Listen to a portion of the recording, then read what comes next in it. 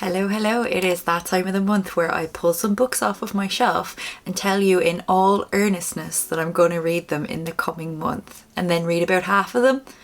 But here's what I'm telling you I'm going to read this month. It's always a suggestion, but let's get cracking. So the first book up that I really want to read in August, and I know I will read this one, is Monstrilio by Gerardo Samano Cordova. I believe it is a book set in Mexico. So this one sort of blew up over on Bookstagram and BookTube in the States, because this book has actually only been published in the UK and Ireland in the last few weeks, last month potentially, and the cover is completely different, and I'm not sure how I feel about this one, but this is the cover that I'm stuck with. I do kind of like it, but I really love the other one. I think the American cover is really iconic at this stage. What is this book about, you ask me? This is a grief horror book, I believe, but I think it sits more in the kind of literary sphere than anything like thriller or horror-esque, if that makes any sense. Otherwise, I'm just going to read the back, as is tradition, because as bad as I am at talking about books that I've already read, I cannot talk about books that I haven't read yet. So, grieving mother Magos cuts out a piece of her deceased 11-year-old son Santiago's lung. Acting on fierce maternal instinct and the dubious logic of an old folk tale, she nurtures the lung until it gains sentience. Growing into the carnivorous little monstrilio she keeps hidden within the walls of her family's decaying Mexico City estate. Eventually, Monstrilio begins to resemble the Santiago he once was, but his innate impulses, though curbed by his biological and chosen family's communal care, threaten to destroy this fragile second chance at life. It's a thought-provoking meditation on grief, acceptance, and the monstrous sides of love and loyalty. So to me, honestly, that sounds so good. I've heard the prose in this is really great. The language is impeccable, and I love this kind of magical realism horror-esque thing we've got going on here. I'm really excited for this one. Yes, definitely going to read this one very soon. This is one of the very few books that I've actually purchased for myself this year, because if you're here a while, you do know that I've been trying to read all of the books on my shelves this year and actually doing quite well. At current count, I think I'm at about 76, but I did get gifted a few books this week. I'll talk about that in another video. I'll let you know what I got. But for now, Monstrilio, super excited for this one. And then keeping with the theme of books that I bought myself this year, I think I've bought 6, I could be wrong, don't hold me to that, books this year. This is another book that I've wanted to read for quite some time, but I didn't actually plan on buying it, but I was buying something that my dad wanted from the dreaded Amazon, and to get free postage I had to buy something else or pay the postage, and I was like, I might as well just get a book for the price of the postage, and I did. And the book that I got is Strange the Dreamer by Laini Taylor. Let me tell you, there's an outcut there where I held up this book, thought it was upside down, turned it, so it was then actually upside down, and then realised my folly. But anyway, never mind. I'm also really trying really hard to not start any new series, but I think this one is so far just a duology. I don't know if there are any more planned. I don't know much about it, but this is something that's been on my radar for a really long time, but again, I don't know much about it, so I'm just gonna read the back. There's a blurb on the back here from Roshni Chokshi, and it says it's the kind of story that paves dreams. I don't know what that means, but it sounds like something I would like. So the dream chooses the dreamer. Laszlo Strange, war orphan and junior librarian, has been obsessed with the mythic lost city of Weep for as long as he can remember, but it would take someone bolder than he to cross half the world in search of it. Then a stunning opportunity presents itself in the person of a hero called the Godslayer and a band of legendary warriors, and Laszlo has to seize his chance or lose his dream forever. What happened in Weep to cut it off from the world? What did the Godslayer slay that went by the name of God, and what is the mysterious problem he now seeks help in solving? The answers await in Weep, but so do many more mysteries, including the blue-skinned goddess who visits Laszlo's dreams.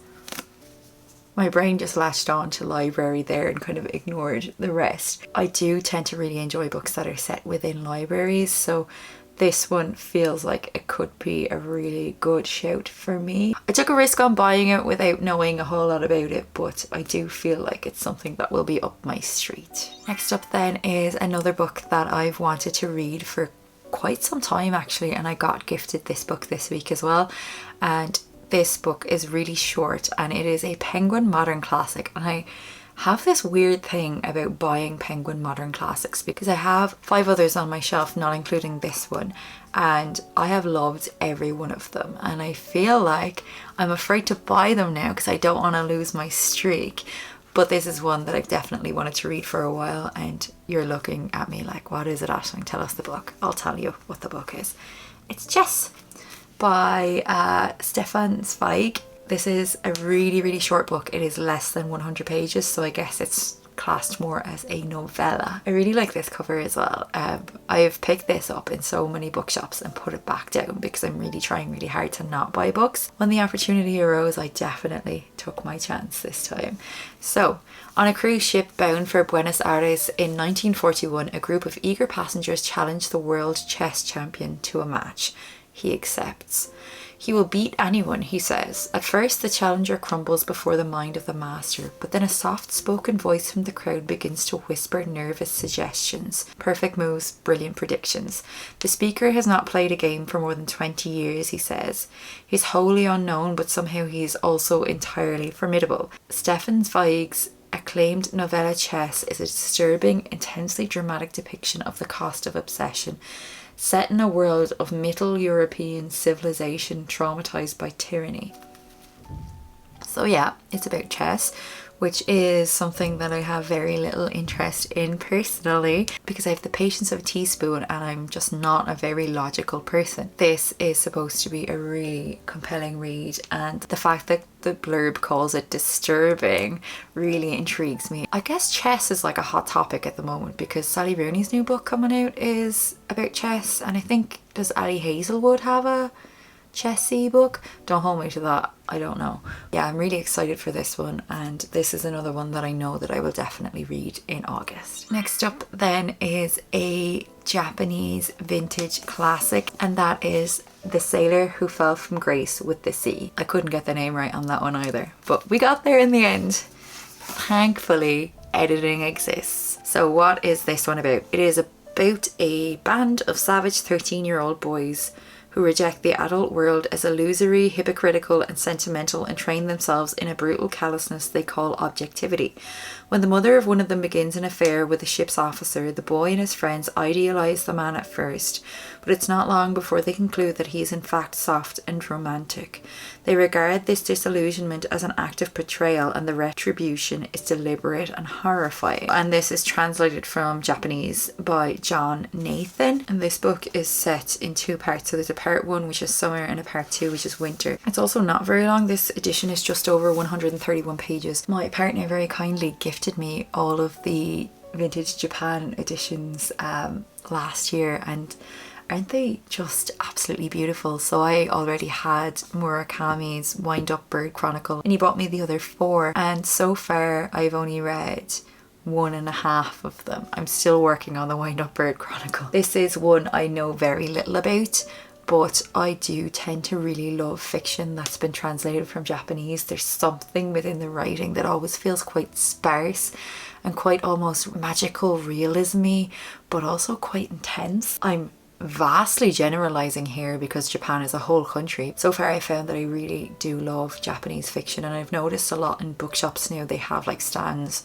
with Japanese fiction on them, so I guess it's another thing that's very like trendy at the moment, but I feel like for good reason. That is The Sailor Who Fell from Grace with the Sea. I said it right first time. So in July, spoiler, I listened to a book by Angela Carter, and I want to read more Angela Carter. So I've read 2 Angela Carter books now, and another one that I have on my shelves is Nights at the Circus. So fun fact, I actually listened to The Magic Toy Shop, I think it was called, in July, and I don't know how I managed it, but I actually meant to listen to this one because it's on my shelves, but I somehow accidentally listened to a different Angela Carter book, but wasn't disappointed, and I still have this one to read. There's something really great about Angela Carter's writing. She writes really dark, kind of gothic books that are not for the faint of heart. It's really a brand of fiction that I'm very much on board with. So what's this one actually about? Is Sophie Fever's Toast of Europe's Capitals part swan or all fake? Courted by the Prince of Wales and painted by Toulouse-Lautrec, she is an aerialiste extraordinaire and star of Colonel Kearney's Circus. She's also part woman, part swan. Jack Walzer, an American journalist, is on a quest to discover the truth behind her identity. Dazzled by his love for her and desperate for the scoop of a lifetime, Walzer has no choice but to join the circus on its magical tour through turn of the 19th century London, St. Petersburg and Siberia. So that sounds absolutely great. I tend to really like books that are set in kind of circus environments. There tends to be a bit of like a found family trope going through them, which is something that I love. And I also really love kind of magical realism or just kind of magical settings or what feel like magical settings as well. So circus absolutely fits that bill. Angela Carter, lads. Weird that I haven't taken the sticker off the front of this, but it's there so long now. I'm like, yeah, alright. It's part of the book now, isn't it? Angela Carter, as a writer, not afraid to get dark at all. And I very much feel in sort of a dark, creepy kind of mood at the moment. I'll be straight with you, pals. It's July. It is summer. Next month is still summer. But my brain is like, can't wait for Halloween. I just want to read really dark gothic books all the time. I want to close my blinds. I want to put the sun away. I want to put on my cozy jumpers. I want to get a cozy blanket, and I just want the evenings to get shorter. It does not need to be bright out at nearly 11 p.m. Like, what's the point? Go away, son. That was a tangent. Angela Carter, Nights at the Circus. Hoping to read this one in August. Next up then is a book that I believe I was gifted about a year ago, so it's high time that I read it. This is one of these books that people really seem to love and have such high regard for, so I've been a little bit iffy about reading it. This is self-published, but I believe it may have been picked up by a traditional publisher. Don't hold me to that, but I think another book of theirs has been picked up by a traditional publisher. Basically, I don't know what I'm talking about. And what's the book? The book is The Sword of Kaigen by M.L. Wang. It's really heavy. It feels heavier than a book this size should be, but the paper quality is actually really good. So, on a mountainside at the edge of the Kaigenese Empire lived the most powerful fighters in the world, warriors capable of raising the sea and wielding blades of ice. For centuries, the fighters of the Kusanagi Peninsula have held the Empire's enemies at bay, earning their treacherous spit of land the name the Sword of Kaigen. Born into Kusanagi's legendary Matsuda family, 14-year-old Mamoru has always known his purpose to master his family's fighting techniques and defend his homeland. But when an outsider arrives and pulls back the curtain on Kaigen's alleged age of peace, Mamoru realizes that he might not have much time before he has to become the fighter he was bred to be. Even worse, the empire he was born to defend might stand on a foundation of lies. There's more to this blurb, but I'm not actually going to read more because I don't want to know too much about the plot personally. I don't actually know a whole lot about this book, apart from the fact that it was gifted to me as a book that is held in really high regard, and I believe it's high time that I picked it up and gave it a go. And then, friends, I won't lie to you, I didn't have a Robin Hobb book on my TBR last month, but the first book I read last month was actually a Robin Hobb book, so I'm not going to try to fool myself this month. I'm just going to let you know I'm going to read the next Robin Hobb book because I am obsessed with her, and that is Fool's Errand, and it is the first book in the Tawny Man trilogy. I feel like I have explained this so many times, but here we go. Robin Hobb wrote a series of books that fall under the overarching title of The Realm of the Elderlings, and within that there are a number of trilogies and one quadrilogy, is that a word? But this is the third trilogy, so it's the first book in the third trilogy. The first book we followed primarily a character named Fitz, whom I absolutely fell in love with, and then the next trilogy was the Liveship Traders trilogy, and it was about a completely different set of characters, and this book then brings me back to my beloved Fitz, and I'm so excited. I obviously am not going to tell you what it's about. I'm not going to read the blurb on the back because it is essentially the 7th book in a series. That's who am I reading? Like, not just the first book in a series, but the 7th. Never happened. I can think of one series that I'm not going to mention because the author is horrible and transphobic, and if you know who I'm talking about, just don't mention it. But anyway, book 7 I am so excited for. I'm so excited to get back to Fitz, and it's actually not a super long one for a change. It's only under 600 pages. A lot of the previous books have been about 900, so this feels like it's going to be quite short, but I don't mind.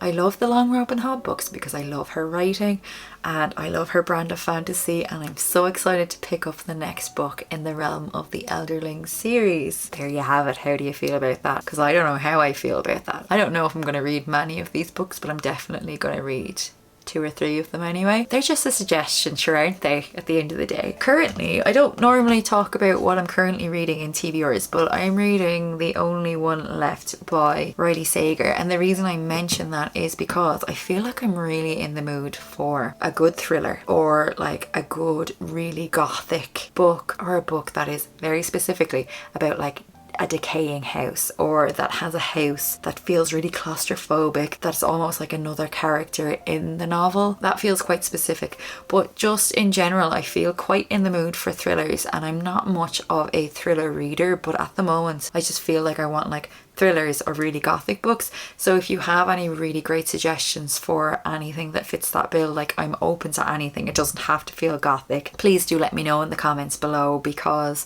I feel like when I get in a thriller mood I just never know what to read. I never know what's good. I'm literally open to anything, so please drop your suggestions in the box below. Do let me know if you've read any of these books, whether you enjoyed them or not. I'll still read them because they're on my shelves anyway, so it doesn't matter, but I'd like to hear your thoughts on them. Please no spoilers as ever, but otherwise if you would like to leave a comment and don't know what to leave me like an autumnal emoji.